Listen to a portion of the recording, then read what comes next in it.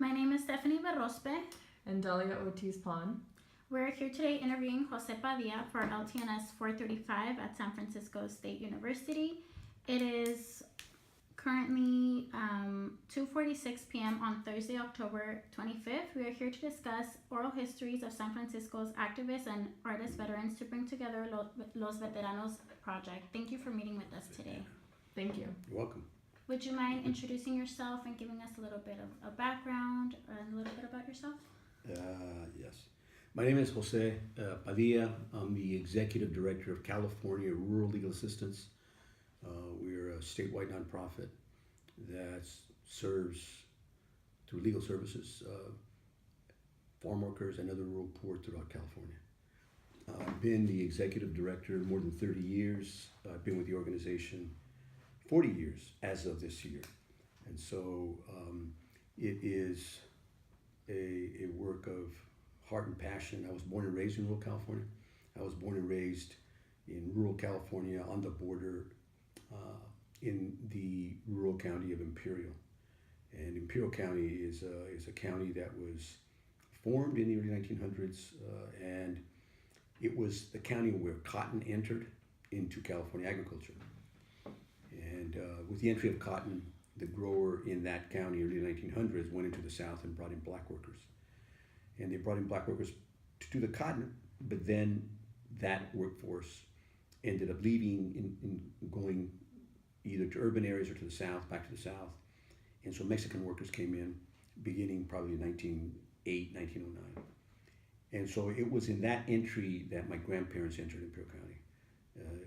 They were closer to they entered in 1922 and 1925. One of them entered from an area called Baja California Sur, which is at the tip of Baja, and the other family, I was the mother's side, my father's side, entered from central Mexico, from León, Guanajuato, and they came into Arizona.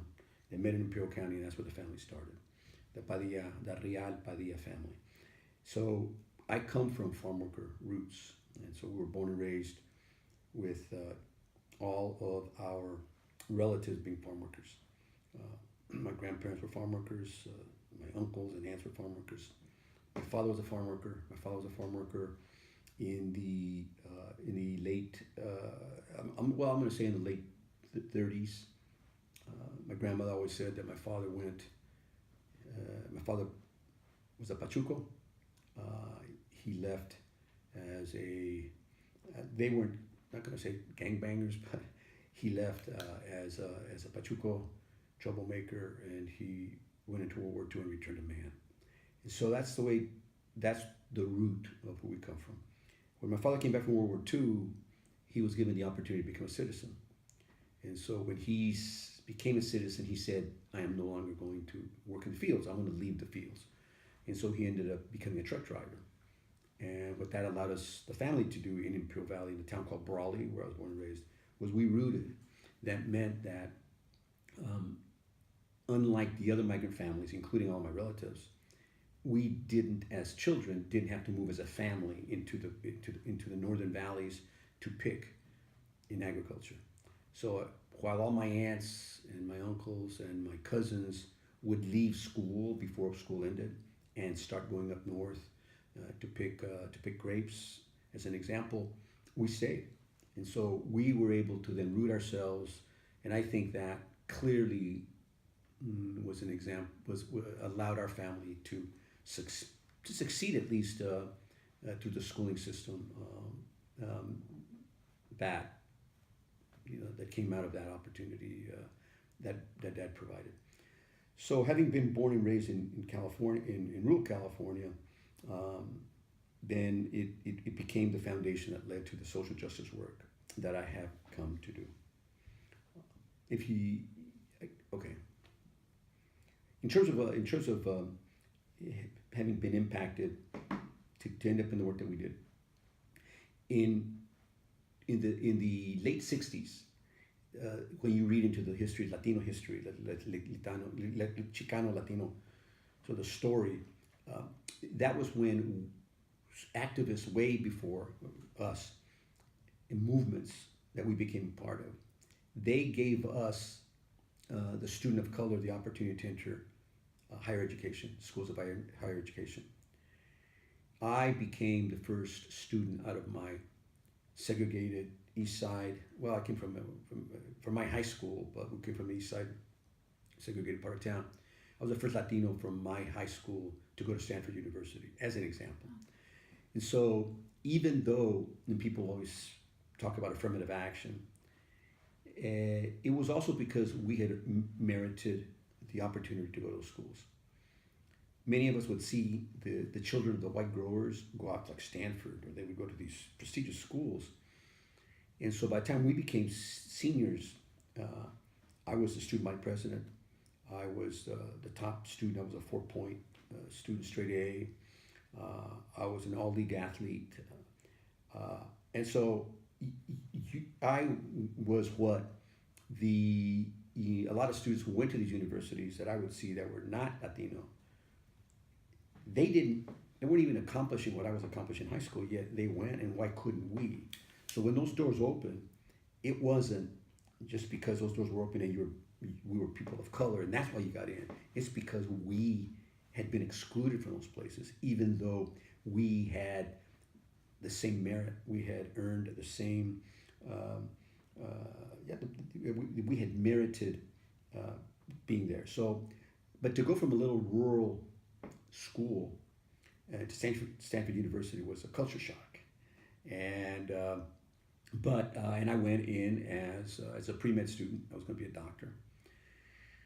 I promised folk in that valley, as in particular a local political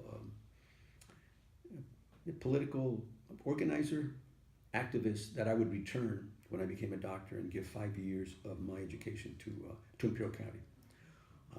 At Stanford, at some point, I made the decision not to continue. Science wasn't for me. The high math was not something that I liked. The chemistry was not something that I liked. And so I decided that I was going to follow the experiences that I was having as an activist involved with those movements. And I asked myself, what could I do that would take that political activist experience and transform it into actual work out in the world? So we were involved there at the university at that time with the anti-war movement. I know San Francisco State has an incredible history of having been involved with movements like that one. I may be mistaken, but wasn't President Hayakawa from your space? Do you know that history? Maybe I'm wrong, but a lot of us attributed movement related to the anti-Vietnam War to San Francisco, and particularly to San Francisco State. In any case, we were involved with the anti-war movement. We were involved with the civil rights movement, but from our side of it, it became the Chicano movement. And so for us, civil rights meant Chicano civil rights. And then we had not our Martin Luther King, we had Cesar Chavez, we had Dolores Huerta. And so to that extent, we had our iconic figures. And I got to, I met Cesar. He knew my family. Whenever I would meet him, Cesar Chavez would always ask me how my aunts were doing. So he'd say, Jose, how's your tia Socorro? Jose, how's your tia Teresa? Why? Because he had gone to school with my aunts. Why? Because the Chavez family, the family says, my aunts would say, oh no, we would travel north. We would go to pick crops, and the Chavez family would also go. So for me, something like me, looking at what I could do with my political activism, getting involved with that movement was very personal, was very familial, and putting aside the experiences of seeing the way my parents and my grandparents suffered in those fields, it was also this personal connection with this iconic movement leader that inspired me to go to law school. So once I had left, once I had decided not to be a doctor, left pre-med, the decision was going to be, am I going to go into a doctoral program in education, because I was working very closely with a professor there at Stanford, or am I going to follow a lot of my friends into law school? And I made the sort of cynical, I can't say cynical decision, maybe it was cynicism. I realized that if a PhD program was 7 years, a law school, going to law school was only 3 years. So I said, take the, it's not easier road, take the shorter road, and within those 3 years, you will realize whether that's for you. And after my first year of law school at Berkeley Law, so I went to Berkeley Law School out of Stanford, and during the first year, there was nothing in that academic curriculum that touched me, that for me reflected any type of social justice work. But then in that first summer, is when I realized that I needed to stay in law school. So in that first summer, I volunteered to work with the Cesar Chavez movement on the border.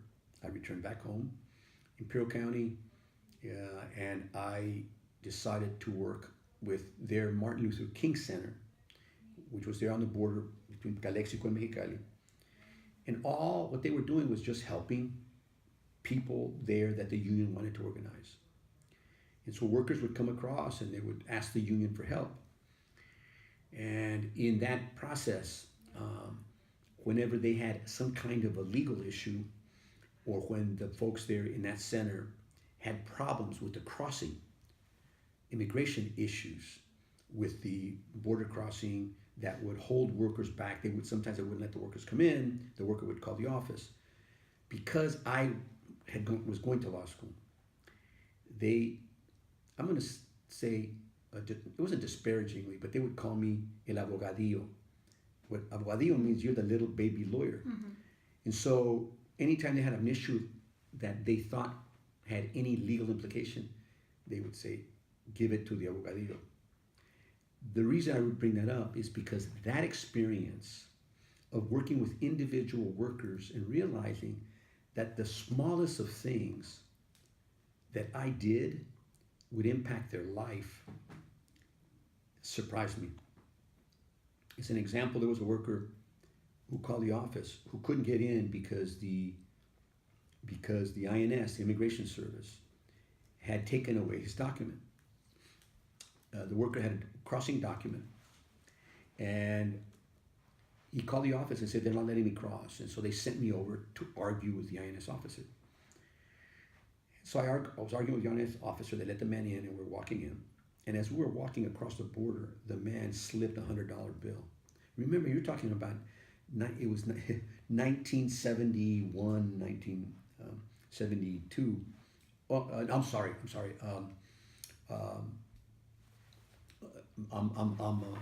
This is my first year of law school. It was in 1970. He was talking about 78, 76, 77, 78 in that period.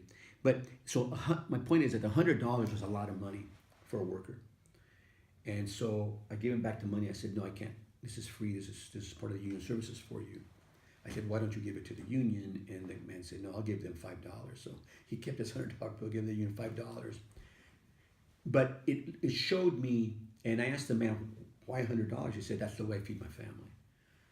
And so I realized that something as small as helping him with just a crossing card had impacted his life. To that point, I thought, you know what, can you imagine if I was a real lawyer, what I might be able to do? And that told me that I had chosen the right profession. That makes sense. In terms of staying here and being here in the Bay Area, the second question pertains to the mission, and it says, tell us why and how you came to be a community social advocate or an artist in the mission. And I don't know if particularly your work has revolved around the mission, but how did you decide to stay in the area and work in the area?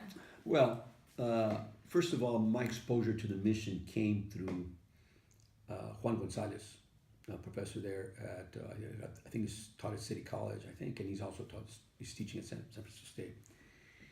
When I was an undergrad at Stanford, I decided to become the editor of the Latino newspaper. The Latino newspaper was called Chicanismo at the time. Juan Gonzalez, along with a gentleman by the name of Mario Evangelista, were graduate students in the School of Journalism. So when I decided to edit, and when I realized that they knew what journalism was about, and I knew some, I said, I can work with them, and we can work the Latino newspaper there at Stanford. I had been the editor of the yearbook in my high school 2 years, so I knew what it took to put together publications. And so when we became involved, I realized that we could use the newspaper as part of our activism. We could write articles about the Vietnam War, against the Vietnam War. We could write articles about the disproportionality of Latinos and other people of color as soldiers in that war. We could talk about the mistreatment of farm workers through that newspaper. And so we saw it as a mechanism to get involved with social justice work. And that's how I connected with the Bay Area, because Juan was one of the founders, if not the founder, of El Tecolote. And when I was at Stanford working with the Chicanismo, I remember him bringing me up here to some of the Tecolote events.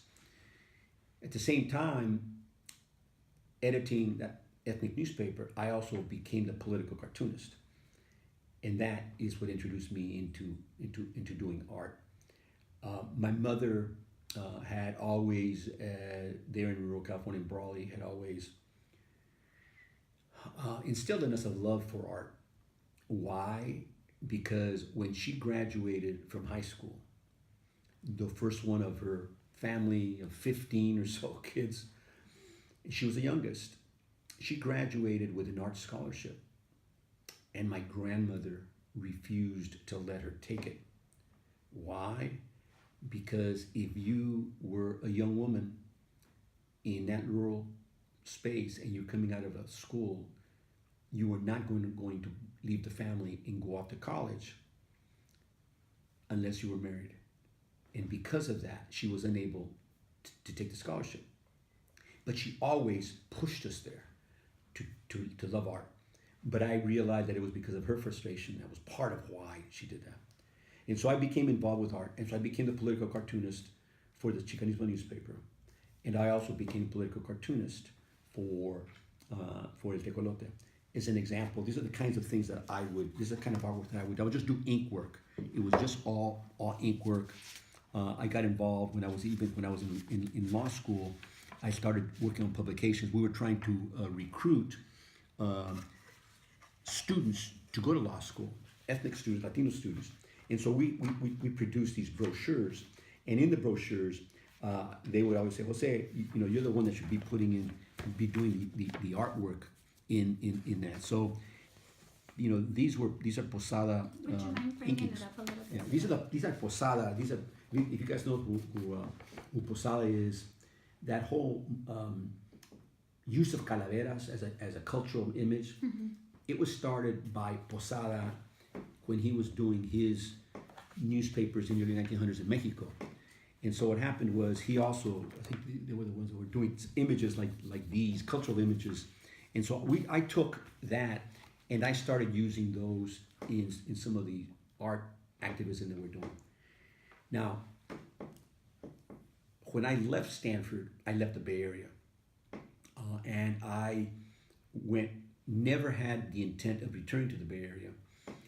My personal plan and personal goals were to return to Imperial Valley, keep my promise of providing 5 years of my profession to that rural county.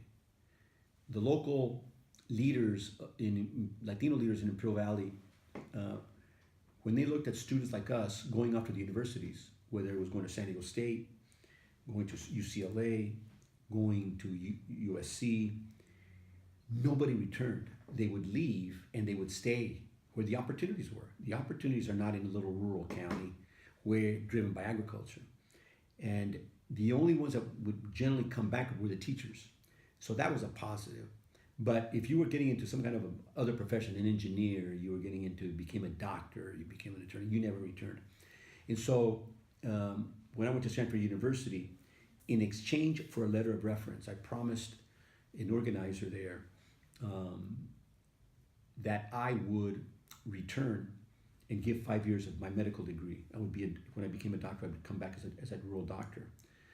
And the gentleman, he didn't believe me, and he said, look, I'm gonna write you a letter because of your parents. I know your parents. I'm gonna write you a letter of recommendation, but I never expect you to come back. His name was Cesar Enriquez. When I became a lawyer, I returned back to work with CRLA. Remember that CRLA, okay, so when I graduated, I only had 2 organizations that I would work with. It was either gonna be the Cesar Chavez Union, or I was gonna work with California Rural Legal Assistance.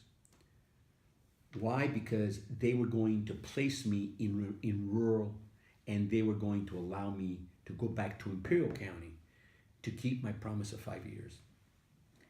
Cesar Chavez said to me, you cannot be an attorney for us in Imperial County. If you're going to be a lawyer for the United Farm Workers, you have to work with the legal department, and they are in the Central Valley. California Rural Legal Assistance, on the other hand, said, you want to go and practice in Imperial County, you work with us as a 2L law student. Nobody wants to go back to Imperial County. It's so rural and so isolated, and they said you can go back to that county. And so I went back and became a lawyer for 5 years. At the time I was getting ready to leave, I got recruited to be the state director. That's why I returned back to the Bay Area. CRLA, yeah, go ahead. So sorry. Mm-hmm. No, so in terms of some of your strengths as a social advocate and a lawyer, what would you say those would be? Strengths. Mm-hmm.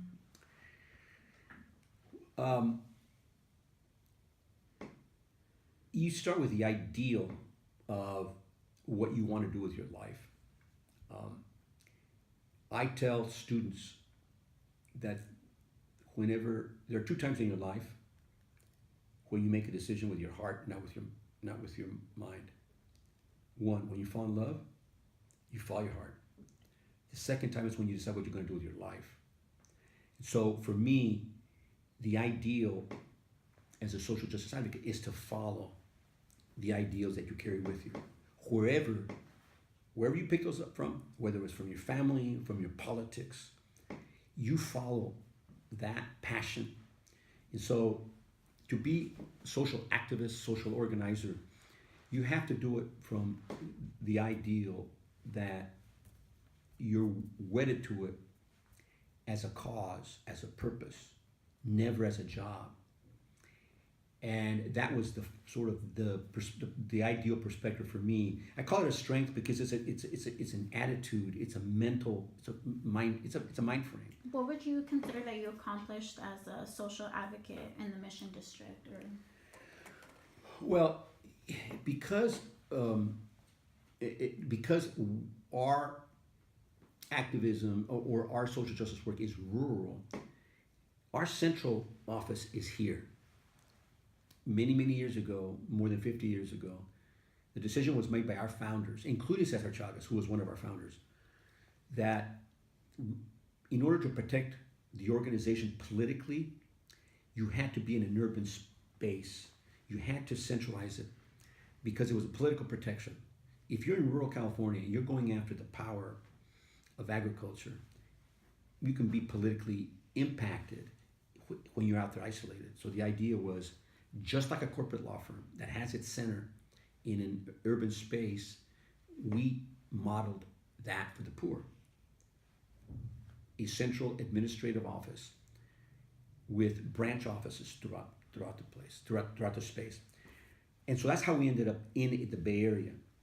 But the Bay Area was chosen because the Bay Area, as it is today and as it was then 50 years ago, it has always been a center of liberal politics. As we speak, any politician coming out of this area, like Nancy Pelosi and the rest, who play a national role, Dianne Feinstein, they reflect that side of the Democratic Party, that side that speaks to the ideals of justice, the ideas of equality, inclusion. And so that is the Bay Area.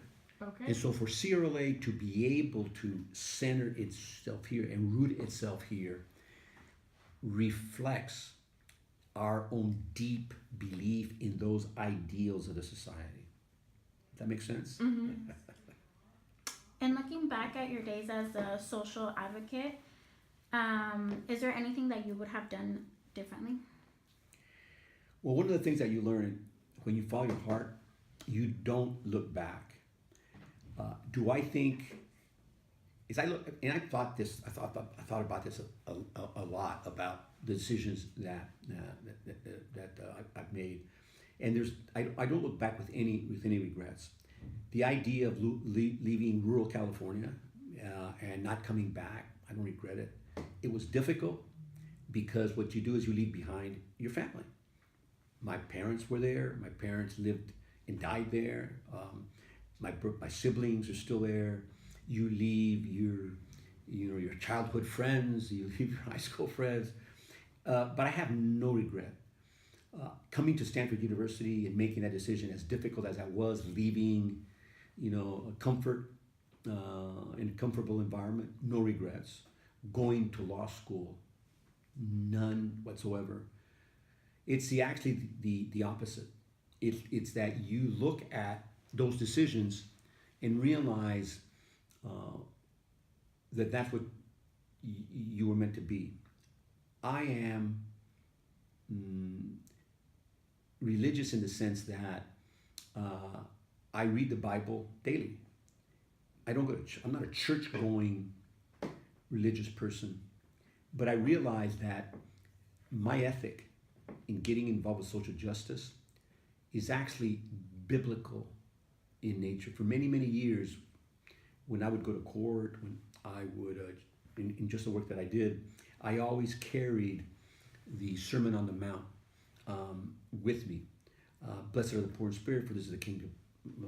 There's a kingdom of heaven. Blessed are the meek, for they shall inherit the earth. I carried it with me because I looked at it as a foundation of mine.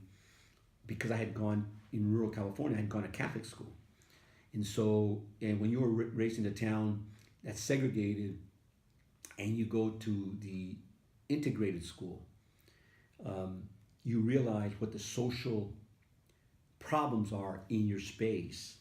And then you realize that the religion that you're hearing from the nuns speaks to the injustice, but nobody pays attention to what you're supposed to do as you're dealing with people. And so I realized that my foundation was that.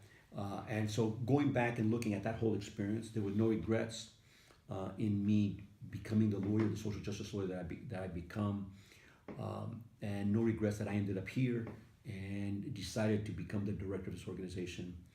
And it's just been I guess I would say a blessing. And it was sometimes when you think about leading an intentional life, it's that you've ended up there, but it's because of the way you were raised, and then how that impacted the trajectory of the decisions that you made. For number 6, we're going to return back to the mission. And the question asks, how was the mission district changed from the time you were or have been actively involved? The mission district in San Francisco has been where I live. It's my home. It's the workplace from where I work. Has it changed? In the most important way that I've seen the city, it has not. When I was introduced to the city by Juan Gonzalez, it was a center, a nest of political activism. 50 years later, it is still a center and a nest of political activism. And so to me, coming back to a space and a place that reflects my political convictions, my political ideals, is just it's a very normal thing, very natural thing. Now, it has, but let me step back and be critical also. And you know what? Let me and qualify what I just said, because now as I'm thinking about it, there is a social problem that perhaps goes against the liberal notion of the Bay Area, San Francisco, and San Francisco in particular. The lack of housing that leads to the obvious homelessness, and I'm not simplifying the connections there, but there was no homelessness when we were coming in to the city that Juan Gonzalez introduced me to. There was none of that. To see that now in San Francisco, to see that now here in the city of Oakland, we're realizing that there is a social dynamic that treats the poor in a very, very different way than those of us who are economically blessed. And I put myself there because you're a lawyer and you're not going to be poor. Mm-hmm. And my wife is an attorney. She's an attorney, she's a civil rights attorney with Lawyers Committee for Civil Rights. Poverty is not, we're both, she's a Chicana, I'm a Chicano, we haven't quite figured out how to use the term Latinx. How do you pronounce that? Latinx? Huh? Latinx? Latinx? Latinx? Yeah. Latinx. We haven't quite been there, but I think the heart of Latinx is the heart that we carry. And so both of us are involved with civil rights work. And when you come into this city and you see what technology has done to it, and the added to the wealth of the city, there is a discordance there with what the city represented back when I was first exposed to it. So it has changed. And the mission, similarly with the mission on 24th Street is trying to survive, staying true to its cultural root. But it's not just cultural root. You're talking about business survival. When we would come into the city and we would go down 24th, it was like you were walking down a street right on the border. It was Latino businesses thriving. And it is there's a dynamic going on where that's being challenged. From your vast experience, what would you say are the characteristics of a good community organizer or a good social advocate? You have to understand where your justice rootedness comes from. You have to be persevering, because you will likely suffer more defeat than victory. You have to be resilient to the extent that you have to redefine victory in the midst of whatever setbacks are in your organizing effort, in your social justice movement effort, in your efforts to seek whatever justice you are seeking, a social justice, a labor justice, a worker justice. And so you have to be persevering. You have to understand that everybody falls on their knees during that struggle. It's the ones that get up to fall again and to get up are the ones that survive that social justice. It's a road. It's a life road is what it is. And you have to be able to fight it like a warrior that takes defeat and then figures out where he or she regains the spirit to fight again. Do you have any advice that you could give to young people today who see themselves as community organizers or social activists? Yeah, it's the same advice that I gave before. In this sense, the reason students are pulled towards organizing and activism, it's because they believe in some ideal of justice and some promises made by this country. Mm-hmm. It doesn't take much. We all remember the Pledge of Allegiance from kindergarten. We all have read over and over again or heard over and over again the promises, the patriotic promises on those monuments.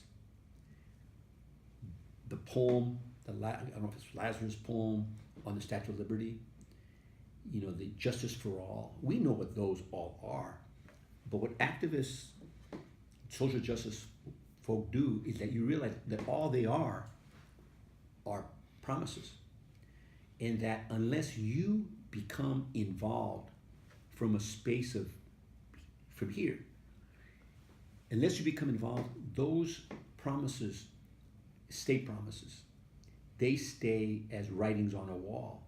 They stay as writings on a statue. The statue. So that's what drives us. And I tell students, you know what your driver is.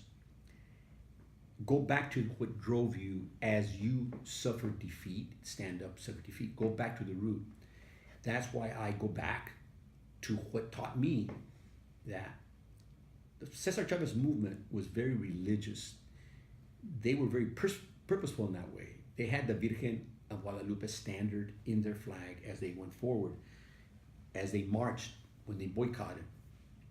That's a justice foundation that's based, it's biblical, it's religious. You can be an activist in the same manner from similar root, but you have to figure out what is the root.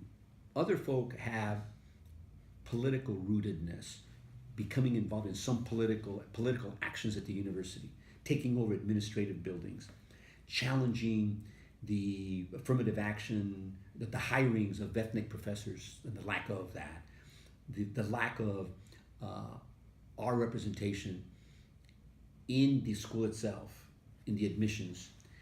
But some people look at that as political action. You're a political actor.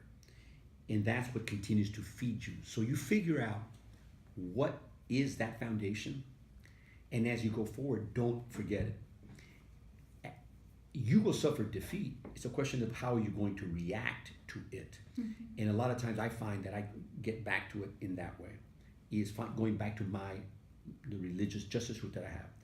The other thing is that you have to realize is that you never pursue justice or create justice alone. It has never been accomplished through Lone Rangers.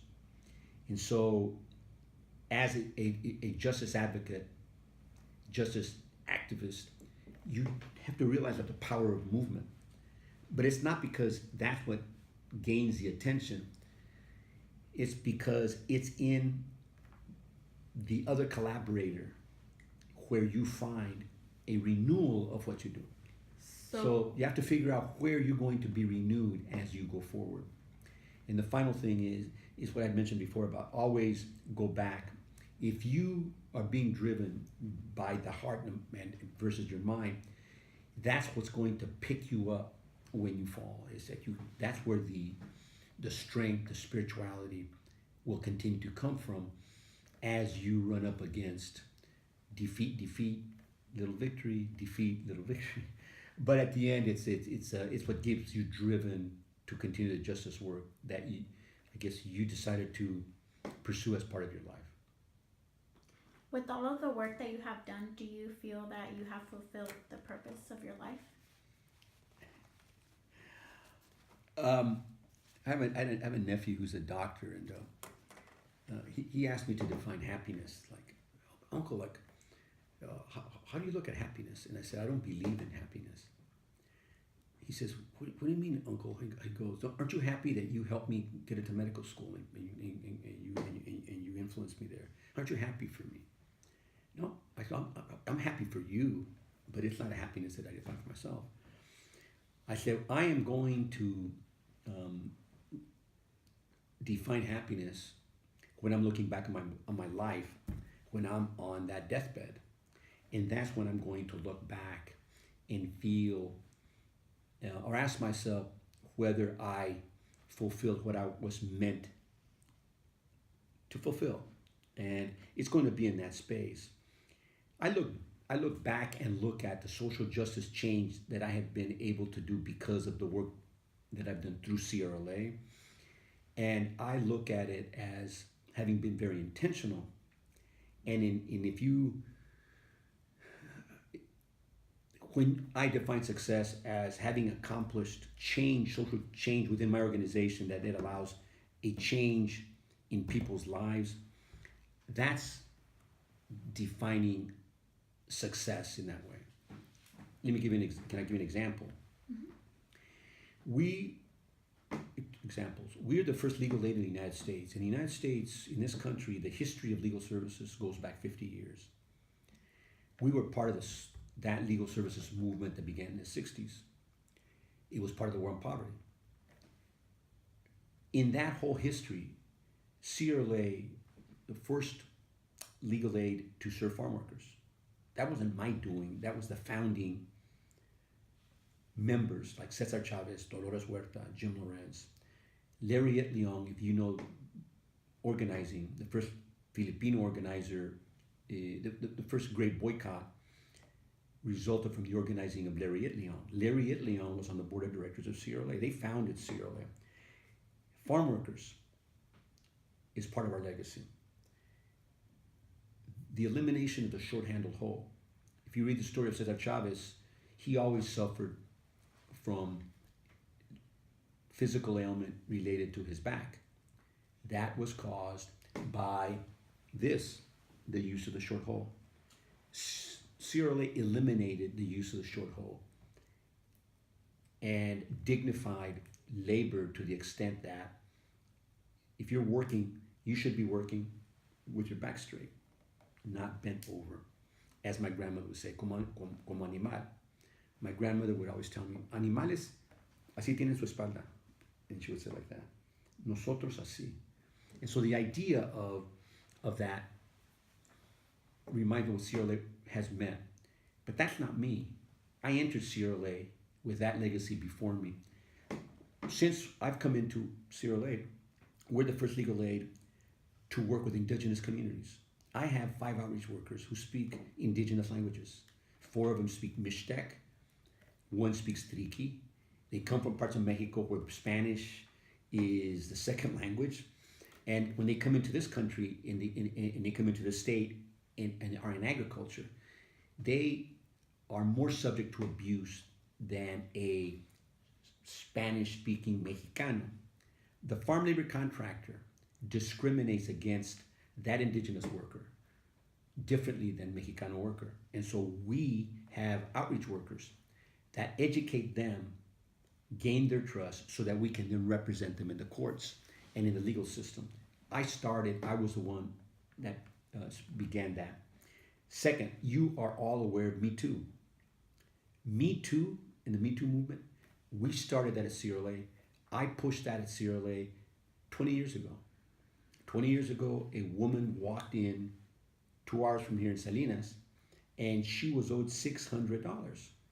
She wanted to collect 2 weeks worth of owed wages, had gone to San Jose. No lawyer would take a $600 case.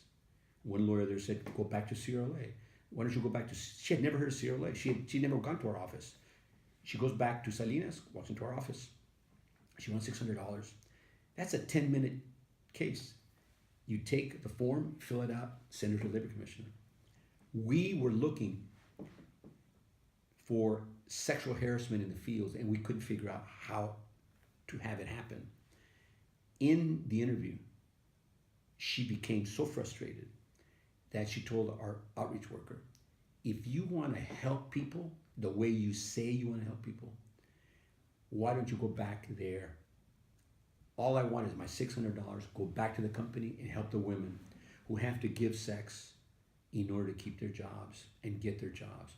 That $600 case became a $1.8 million case, became the first sexual harassment case in legal services In the last 3 years, we have won $2 million settlements. And very recently, in the last 4 years, a program in Florida won $17 million on behalf of farm workers. But it started with us. So when I look at what we've done that have impacted the way legal services is practiced in the United States, those are two examples that I am not somebody who takes credit in that sense, but I think that but for CRLA under my leadership, had we not engaged those many years ago, indigenous workers, women harassed in the fields would not have found the justice that they find today. So the last question that we have is there anything else that you would like to add to our discussion? Anything else that we missed or we might have missed that you think is relevant to the topics that we've been talking about?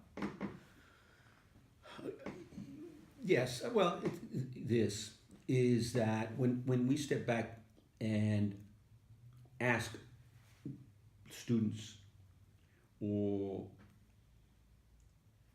about, as you said, advice, stay rooted. Stay rooted. And I say here, stay rooted from here, but stay rooted.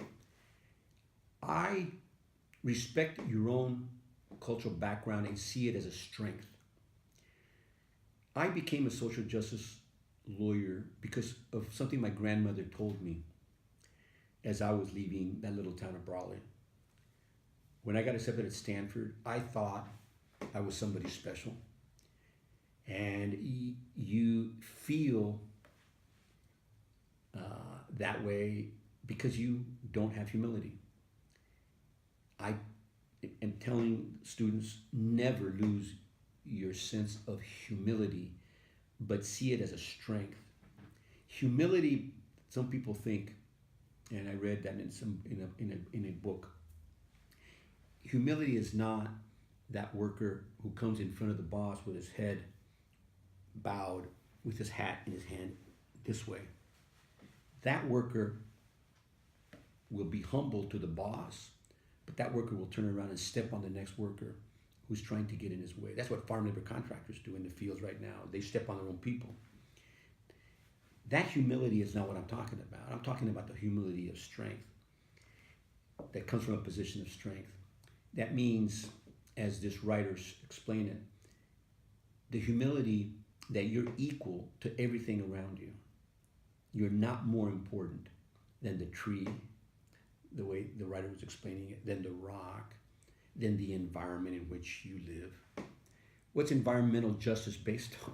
On the respect for those earthly gifts, right, given by another power. But if you see equality that way, that is the basis of the humility that I'm talking about. Because you will not disrespect the environment, you will not disrespect your fellow worker, but you will also not let yourself or your fellow worker be disrespected.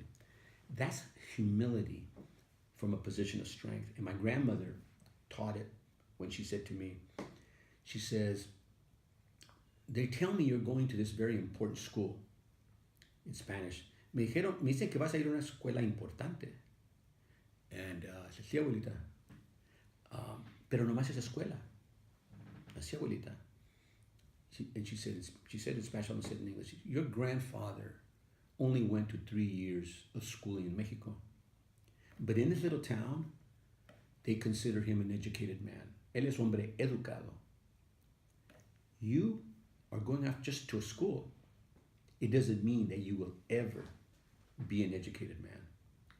And here I was, less than humble, being proud that I was the first Latino from my high school to go to Stanford University. And she just sat me down and brought me down a little bit. And then she said, I'm going to tell you a second thing.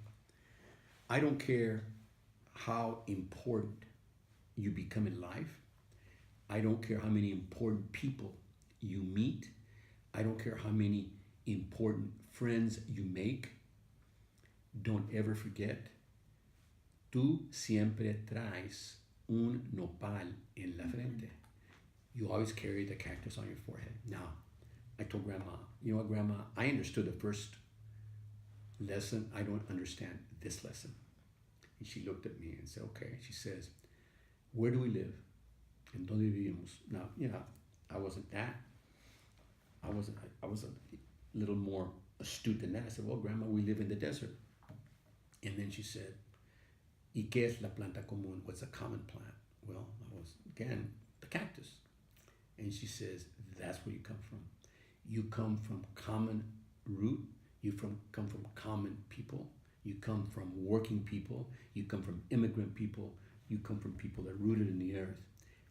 Don't you ever forget, wherever you go in your life, don't forget that. And that rootedness is what led me to become a social justice attorney representing farm working people, farm workers, because that was what Grandma told me never to forget. Thank you so much for speaking to us, Juan. Thank you Maria so much. Jose. Yeah, you're welcome. Thank you so much. Okay.